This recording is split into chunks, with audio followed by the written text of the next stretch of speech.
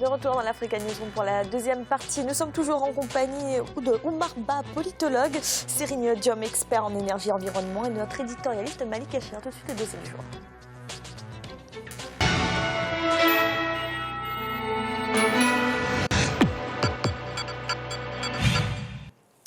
Au Sénégal, les prix des hydrocarbures sont jugés élevés. Ils sont d'ailleurs les plus élevés de la zone UEMOA, Union économique et monétaire ouest-africaine.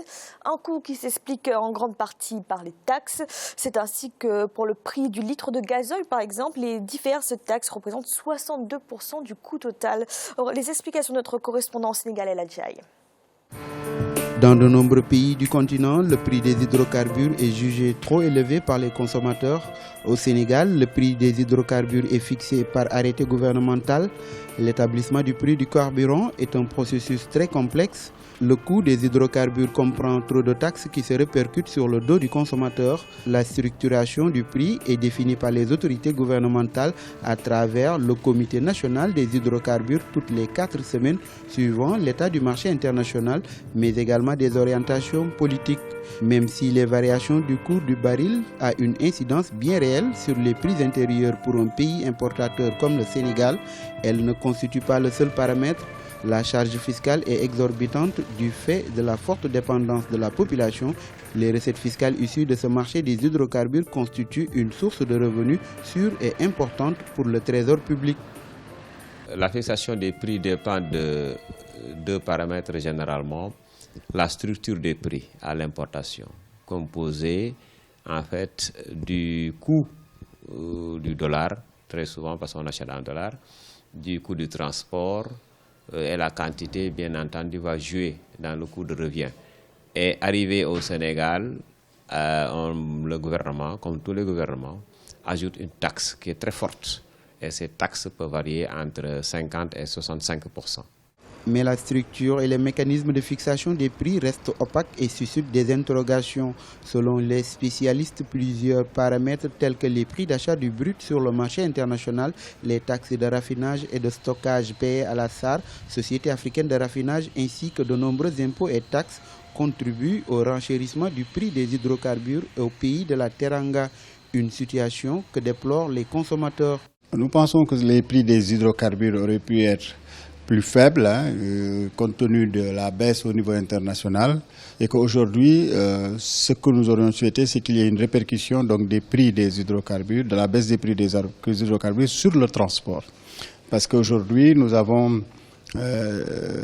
3 baisses qui ont eu lieu donc sur les tarifs, qui impactent beaucoup, notamment pour les privés qui ont des véhicules, les particuliers, les transports en commun, etc. Mais pour ceux qui prennent les transports en commun, il n'y a pas encore une baisse de tarifs. Parce que malgré les 3 baisses qui ont été faites, nous n'en sommes pas encore au prix où on était quand le transport était fixé en 2009. De 600 000 tonnes au démarrage des activités de la Société africaine de raffinage, la capacité de traitement est passée à 1 200 000 tonnes par an actuellement. Depuis sa création à ce jour, la SAR assure l'approvisionnement du marché domestique sénégalais en gaz butane, essence super, essence ordinaire, kérosène, gasoil, diesel oil et fuel oil, mais aussi les pays limitrophes, à savoir le Mali, la Mauritanie, la Gambie, la Guinée et la Guinée-Bissau. Les produits raffinés et même importés par la SAR sont vendus sur la base du prix calculé toutes les 4 semaines par le Comité national des hydrocarbures, conformément aux stipulations du décret numéro 2014-1562 du 3 décembre 2014 fixant les modalités de détermination des prix des hydrocarbures raffinés. Les prix sont presque les mêmes arrivés au port de Dakar. Maintenant, c'est la taxation qui change tout. Par exemple, sur un litre de gasoil aujourd'hui vendu à 595 francs, il faut estimer l'équivalent peut-être de 300 à 350, même 390 francs, rien que pour la taxation, avec ces différentes taxes parafiscales et taxes fiscales dont je vous ai parlé. Bon, mais ça aussi, ça sert à développer toute une politique économique derrière, pour soutenir les finances publiques, soutenir le PSE, soutenir par exemple le fonds de sécurisation sur l'importation des produits pétroliers, soutenir le fonds de soutien à l'énergie, parce qu'il y avait un fonds de soutien à l'énergie qui permettait de financer les programmes énergétiques. Bon, maintenant, et puis laisser vivre aussi quand même celui qui a importé le combustible, sa marque de distribution, et le distributeur aussi. En Afrique de l'Ouest, le Sénégal fait partie des pays où le prix du carburant est le plus cher. Les mesures successives de baisse des prix des hydrocarbures restent toujours insuffisantes. Alors nous, notre compréhension, c'est que c'est un choix de l'État. Bon, c'est vrai qu'à un moment donné, nous avions fait une comparaison et nous avions un taux de taxe qui était inférieur à celui de la France à un moment donné. Donc cela veut dire que c'est une question de choix qu'un État prend en disant je désire faire plus d'argent sur le carburant ou bien faire moins d'argent sur le carburant et puis faire une redistribution. Donc c'est un choix que les consommateurs peuvent contester, mais c'est un choix de l'État. Une révision des prix s'impose, non pas à travers ce que ça coûte à l'extérieur, la structure de prix très souvent est exogène, mais au niveau local, chaque gouvernement mène une politique de facilitation qui peut quand même partir d'une législation fiscale beaucoup plus favorable, d'environ 25% de taxes, ce qui réduirait le prix du transport et du carburant au quart. Donc je crois que c'est un problème de volonté politique. Le Sénégal va bientôt intégrer le club des pays producteurs d'hydrocarbures selon la junior écossaise Cairn Energy. Les deux gisements qu'elle a découverts en 2014 sur le bloc de Sangomar à 100 km au large de Dakar devraient produire leur premier baril de pétrole commercialisable à partir de 2021 ou au plus tard en 2023. En août, les réserves du bloc ont été réestimées à la hausse à plus de 2,5 milliards de barils et le rythme de production attendu est de 100 000 à 120 000 barils par jour. En ce qui concerne la transformation, le Sénégal a déjà une longueur d'avance puisqu'il dispose d'une raffinerie, infrastructure essentielle de l'aval pétrolier. En activité depuis 1963, la société africaine de raffinage est la plus ancienne d'Afrique de l'Ouest. Après avoir frôlé le dépôt de bilan en 2010-2011, la SAR a aujourd'hui trouvé un second souffle grâce à un plan de restructuration.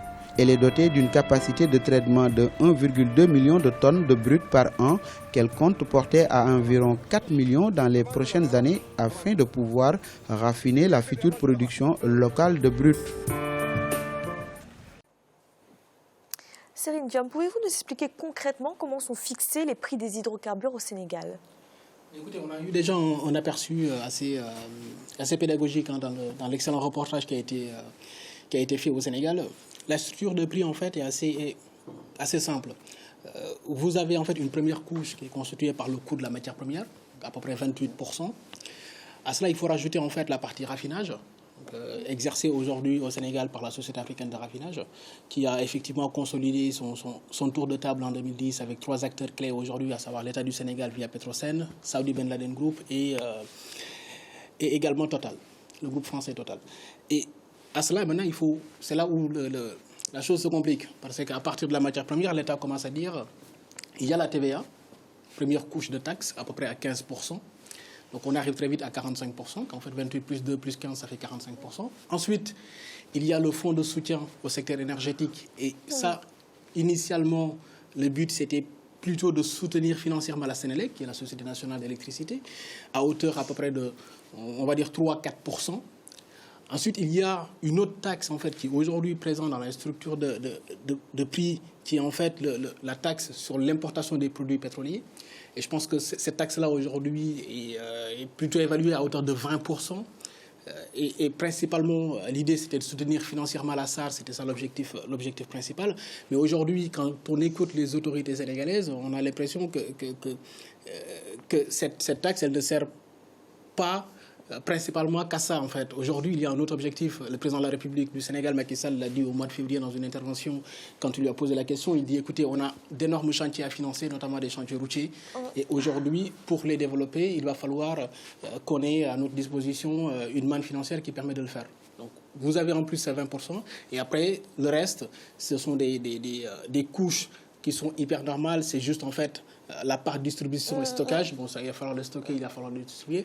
Ensuite, vous avez à peu près 2%, c'est la marge du détaillant qui commercialise son produit. Donc, on voit très vite que c'est 60% de taxes, 30% le coût de la matière première, 10% c'est distribution et stockage et 2% c'est la Alors, marge Omar du Ba, détaillant. pourquoi ces produits pétroliers, ces hydrocarbures sont tellement taxés au Sénégal? Oui, parce que le Sénégal a besoin de ce qu'on appelle, je crois, joue sur deux registres qui sont assez contradictoires. Le premier registre, c'est la pression fiscale qu'impacte l'achat du cours de pétrole sur l'économie sénégalaise qui tourne autour de 10% du produit intérieur brut. Et deuxièmement, la volonté pour l'État de rattraper ce manque à gagner, c'est les fuites de capitaux. Et d'autre part, l'exigence de la demande sociale au Sénégal et donc le budget national. Et donc à partir de ce moment-là, plus vous avez un budget qui est budgétivore, plus vous avez tendance à taxer sur quoi? Sur le pétrole, etc. et ses produits dérivés. Pourquoi? Parce que c'est la masse, comment dirais-je, les recettes tirées des hydrocarbures sont des recettes dites incompressibles du point de vue de la macroéconomie. C'est ce qui fait la principale différence avec les autres pays de la sous-région? Tout à fait, dans une certaine mesure, c'est une option politique. Parce que si vous regardez les prix des hydrocarbures dans tous les pays, notamment africains, presque 90% de la valeur du prix est fixée sur deux options. La première partie, elle est relative au prix des cours mondiaux et deuxièmement à l'orientation politique. Donc la volonté politique, elle est déterminante dans la compréhension et la lecture des prix au Sénégal. On parle d'opacité aussi autour de ces taxes. Comment on explique ça? Ben écoutez, forcément, les gens s'interrogent. Quand vous avez le cours du baril entre 2014 et maintenant qui a baissé de 70%, les gens se posent aussi clairement la question, mais pourquoi les prix ne baissent pas d'autant? Il y a eu une baisse et il y a eu toute une communication qui a été organisée autour de cette baisse au mois de janvier 2016. Et malheureusement, les transporteurs, et on l'a vu dans le reportage, se sont dit, mais attendez, on s'attendait à une baisse de 100 voire 200 francs CFA et au final, vous nous annoncez une baisse de 50 francs CFA. Et à partir de ce moment-là, on commence clairement à se poser la question sur mais qu'est-ce qui rentre vraiment dans la composition du prix? Et encore une fois, je pense que l'État ne communique pas clairement aujourd'hui sur les recettes, en tout cas le montant total de ces recettes-là et comment elles sont utilisées aujourd'hui. Moi, je le dis et je pense qu'on gagnerait effectivement à être beaucoup plus transparent sur le sujet. Et si on benchmark assez rapidement, on s'aperçoit qu'aujourd'hui, même en France, quand vous regardez le prix à la pompe, aujourd'hui, il y a 51% de taxes dans la constitution du prix à la pompe en France. Vous avez 34%, c'est le coût de la matière première et 51% de taxes. Principalement la TVA et la taxe intérieure sur les produits pétroliers. Un État peut assumer clairement sa politique. Sauf qu'à un moment donné, il faut aussi un devoir de transparence qui explique aux citoyens pourquoi aujourd'hui on prend cette décision-là et cette décision, elle sert à quoi? Quand on veut construire des infrastructures routières, oui, cela a un coût, cela va améliorer le quotidien des Sénégalais, mais cela a un coût et il faut le financer. Et il faut le financer par effectivement ces taxes que l'État fixe. Malik, d'après vous, c'est indispensable ces taxes sur les hydrocarbures pour le budget de l'État sénégalais? C'est une mécanique de financement. C'est une des mécaniques. Ce n'est pas la seule mécanique qui permettra justement de financer des fonds, par exemple, d'investissement comme le PSE dont vous avez parlé autour de cette table.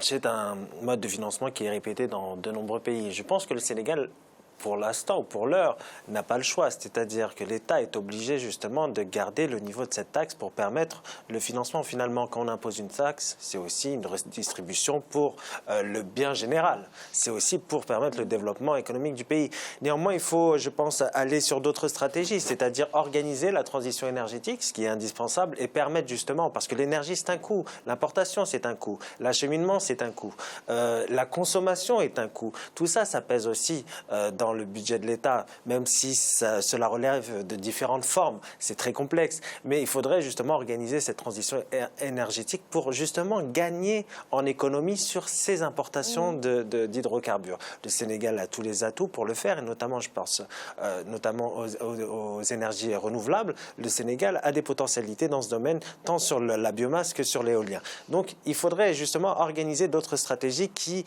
remettraient un peu en cause ces anciens modèles de financement et des budgets de l'État. Marba, il n'y a pas d'autre option pour l'instant pour l'État sénégalais, à part ces taxes? Non, il y a une option très claire. Elle est que l'État sénégalais peut avoir, par exemple, peut miser sérieusement sur le solaire. C'est un pays ensoleillé 24 heures sur 24, presque 365 jours sur 365, entre autres. Et donc, à partir de ce moment-là, avoir des politiques énergétiques audacieuses, innovantes et qui répondent aujourd'hui aux aspirations de la transition énergétique. Mais là où je voudrais rebondir sur votre question, c'est que cela voudrait dire une planification stratégique du Sénégal Sénégal qui ne soit pas suffisamment calqué sur des logiques de respiration politicienne. C'est-à-dire si on veut bâtir un pays, on se déconnecte un peu de la politique au jour le jour pour avoir une vision beaucoup plus claire, beaucoup plus audacieuse, beaucoup plus qualitative. Et troisièmement, là où je voudrais en finir, c'est que plus vous avez une pression fiscale et d'imposition sur les prix, etc., la TVA, la taxe sur la consommation interne, plus vous sapez quelque part les marges, comment dirais-je, financières de vos concitoyens in fine, au-delà de la redistribution de l'énergie, etc., et la mise à disponibilité des politiques publiques. Il faut penser également à la solvabilité des Sénégalais qui leur permettrait de pouvoir investir à leur niveau, avoir de petits projets de développement au niveau national, mais aussi des projets justement, d'État. Est-ce que la découverte des 2 gisements au Sénégal, est-ce que ça pourrait changer la donne? Oui, à une triple condition. La première est que tout dépend de la conditionnalité dans lesquelles d'exploitation et la redistribution des marges au niveau dans les contrats. Ça, nous ne savons pas grand-chose. Nous rejoignons là notre collègue qui avait intervenu tantôt sur la transparence dans la gestion des revenus, n'est-ce pas, et des richesses de la nation. Tant plus qu'il y a une résolution permanente des Nations Unies qui priorise et sacralise ce qu'on appelle la souveraineté permanente des États sur leurs ressources. Et deuxièmement, le deuxième élément de mon point de vue, c'est que les 2 blocs de Sangomar et de Rufisque qui sont confiés à Kern, dont parlait votre collègue tantôt, s'étendent sur 7590 km² et donc avec un volume budgétaire estimé de plus de 3 000 milliards de dollars. Et troisièmement, de mon point de vue, il faudrait qu'il y ait une rupture systématique catharsis. Et à ce niveau-là, je crois que peut-être l'initiative prise par le président de la République pour instituer le comité d'orientation stratégique, peut-être une bonne chose, peut-être, mais on verra. Attendons de voir les résultats. Merci. Tout de suite, un rappel des titres qui ont été développés en début de cette émission. Au Tchad, la prolongation du mandat des députés de l'actuelle législature ne fait pas l'unanimité au sein de la classe politique. Du côté des autorités, on justifie cette prolongation par le manque de moyens financiers pour l'organisation des élections législatives. Mais l'opposition, quant à elle, estime que cette décision est illégale. Et le Cameroun a annoncé avoir libéré plus de 5000 civils qui étaient retenus par les terroristes de Boko Haram, le résultat d'une opération militaire menée sous la bannière de la force multinationale mixte le long de la frontière camerouno-nigériane. Nous allons marquer une nouvelle pause, un instant, la 3e partie de l'Africa News Room.